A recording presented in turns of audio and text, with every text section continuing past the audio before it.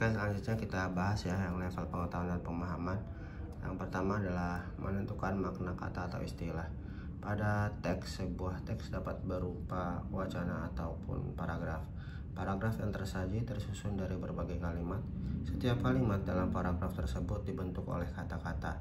Nah, setiap kata tersebut pasti memiliki makna tersendiri. Begitu juga dengan kata khusus yang digunakan dalam bidang tertentu yang sering disebut istilah.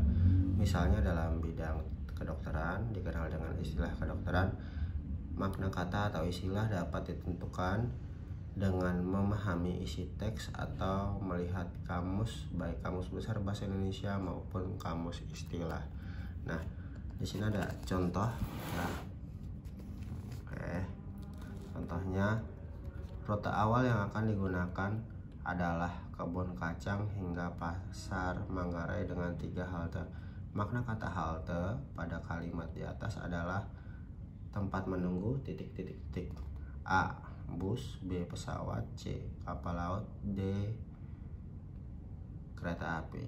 Nah, di sini juga ada pembahasannya ya. Sebuah istilah atau kata dapat ditelusuri maknanya melalui KBBI atau Kamus Istilah Bidang. Berdasarkan konteks kalimat tersebut, halte bermakna tempat menunggu bus. Nah, jadi bagi yang nggak tahu makna halte mungkin akan bingung, tapi bagaimana cara kita cari tahunya ya, kita harus baca KBBI atau kita cocokkan lagi dengan kalimat ini ya. Maka tips untuk mengetahui makna kata ya banyak membaca ya. Ketika ada kata baru atau kata yang baru ditemukan atau kata-kata sulit, bisa langsung cari di KBBI. Yang kedua, menentukan antonim atau sinonim. Antonim merupakan kata-kata yang memiliki makna berlawanan seperti kata di sini, oke, kelihatan ya, kecil yang berantonim dengan kata besar. Sementara itu sinonim merupakan kata-kata yang memiliki makna sama dan dapat saling menggantikan dalam sebuah kalimat. Misalnya kata kecil yang bersinonim dengan kata mungil. Nah, di sini juga ada contoh dan pembahasan. Bacalah paragraf berikut dengan cermat. Amir anak yang rajin. Rajin ini ada garis bawahnya ya. Setiap hari ia membantu ibunya membuat kerajinan bambu. Meskipun demikian, ia tidak pernah lupa belajar. Saat ini ia sedang menghadapi ujian. Ia berharap lulus ujian dengan nilai yang bagus. Antonim dari kata yang bergaris bawah adalah, yang bergaris bawah itu kata-kata rajin ya. Rajin di sini antonim itu berarti lawan ya. Kalau sinonim sama ya. Antonim lawan an ya. Jadi untuk mengingatnya kayak gitu ya. Jadi lawan dari kata rajin adalah A. acuh, B. malas, C. ceroboh, D. serakah. Nah, di sini kita harus tahu nih kata-kata acuh itu apa sih? Acuh itu berarti tidak peduli ya. Tidak peduli. Terus ceroboh itu ngerasak kerusuk istilahnya. Serakah itu ingin lebih terus, nggak ada puasnya. Nah, malas seperti yang kita tahu lawan kata rajin adalah malas. Nah, demikian. Di sini juga ada pembahasannya. Antonim adalah kata-kata yang maknanya saling berlawanan satu sama lain. Antonim seringkali disebut dengan lawan kata. Misalnya kata tinggi, antonimnya pendek. Kata yang digarisbawahi dalam teks yang disajikan dalam soal adalah rajin. Lawan kata rajin adalah malas. Nah, gitu ya. Selanjutnya ya, menggali informasi tersurat dalam teks. Sebuah paragraf biasanya mengandung informasi tersurat. Informasi tersebut biasanya dinyatakan secara tertulis atau langsung melalui kalimat-kalimatnya. Untuk menggali informasi dalam teks, kita dapat menentukan pertanyaan terkait dengan teks tersebut. Pertanyaan terhadap isi teks biasanya berupa, nah, di sini kita sering kenal dengan istilah 6 kata tanya ya. Ada apa, siapa, di mana, kapan, mengapa, dan bagaimana. Nah, 6 kata tanya ini memiliki fungsinya masing-masing. Misalnya apa peristiwanya, jawabannya Jawaban ini berkaitan dengan sebuah peristiwa atau hal peristiwa dalam bacaan. Siapa, kalau siapa itu menunjukkan pelaku ya atau subjeknya. Kalau di mana menunjukkan kata tempat. Kapan menunjukkan kata waktu. Mengapa menanyakan alasan atau penyebab ya, penyebab. Dan bagaimana menanyakan proses gitu ya.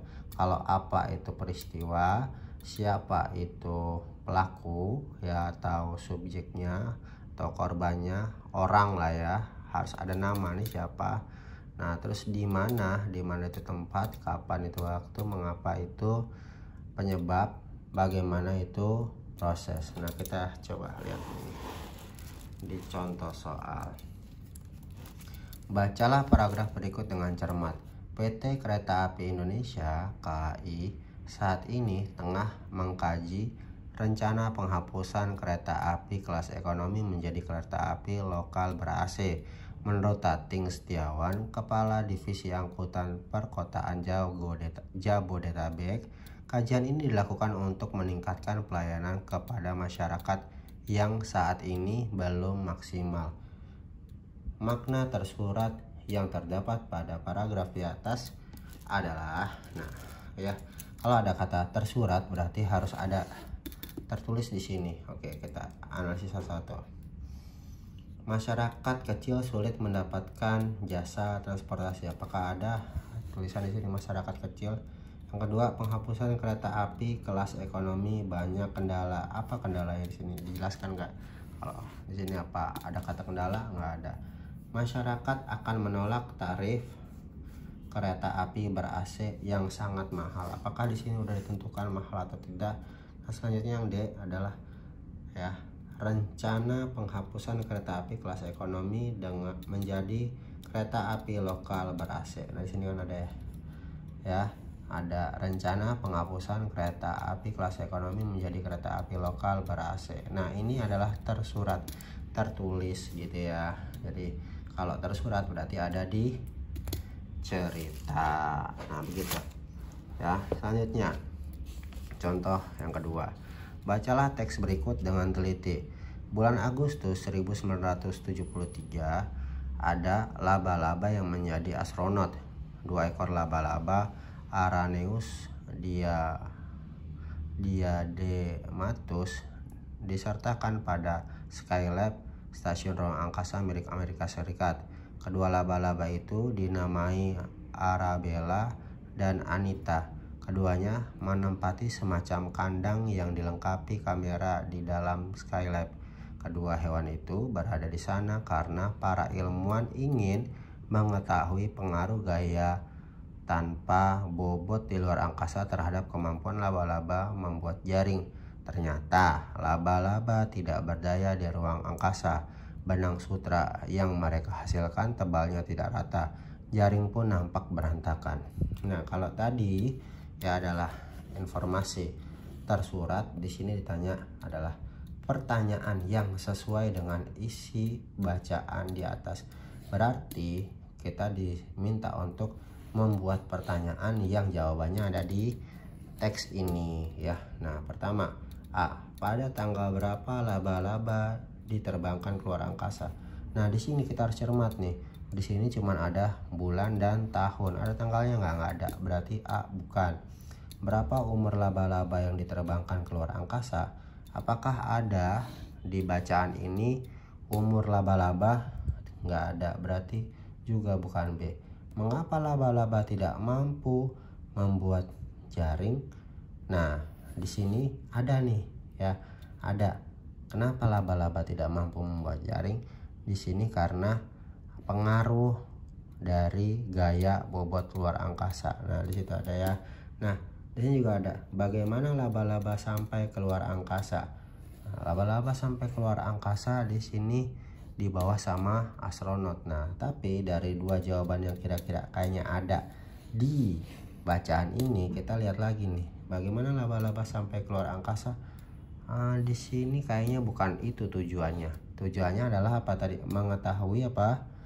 Mana ya tadi? kudanya dan tapi semacam. Keduanya hewan ini di sana karena para ilmuwan ingin mengetahui. Nah, ini tujuan di sini. Ya, berarti yang berkaitan sama ini adalah laba-laba. Mengapa laba-laba tidak mampu membuat jaring, begitu ya. Gitu ya. Jadi yang D ini adalah pengecoh, gitu.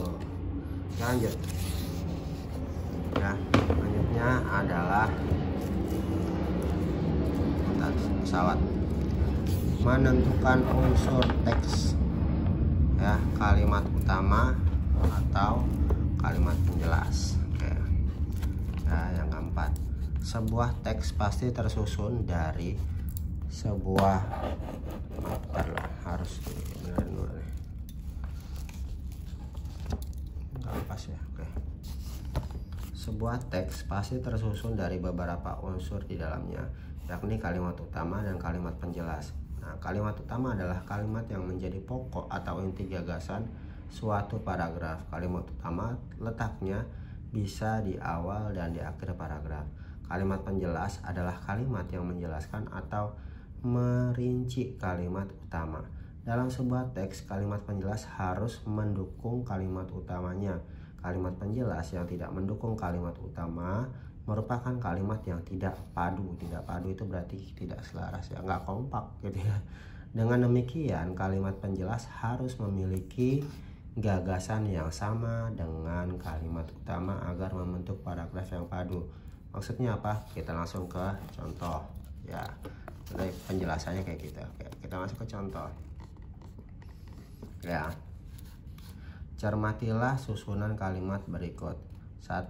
Sebelum menggunakan papan tulis putih, papan tulis hitam menjadi alat untuk belajar di kelas.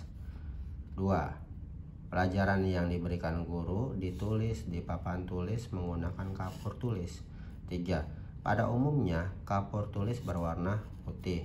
Akan tetapi ada juga yang berwarna kuning, merah, hijau, dan biru. Nah, kira-kira nih, ya, dari 1, 2, 3, 4 lagi ngomongin apa nih? Ngomongin kapur dan papan tulis, ya, papan tulis. Nah, oke, kalimat utama pada susunan kalimat di atas terletak di, nah, tadi kan kita ada papan tulis, kapur, dan sebagainya. Nah, itu pertama kali disampaikan di mana, ya? Nah, di sini di kalimat pertama, ya, di kalimat pertama. Maka, ya, kita coba teliti, ya. Gimana sih? Sebelum menggunakan papan tulis putih, papan tulis hitam menjadi alat untuk belajar di kelas, ya.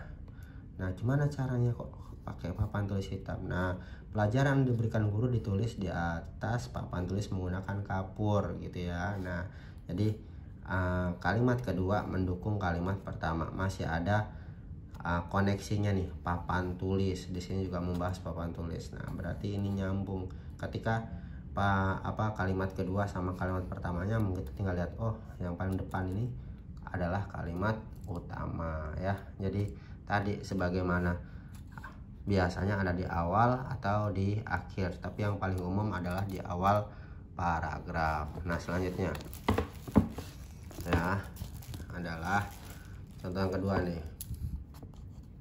Kelihatan ya? Oke. Adi adalah anak yang cerdas dan sederhana. Tak heran jika dirinya selalu mendapat peringkat pertama di kelasnya. Beberapa kali juga ia sempat mewakili sekolahnya dalam ajang perlombaan cerdas cermat maupun olimpiade sains. Ia juga sering memboyong banyak trofi dalam beberapa event perlombaan sejenis lomba cepat tepat CTL.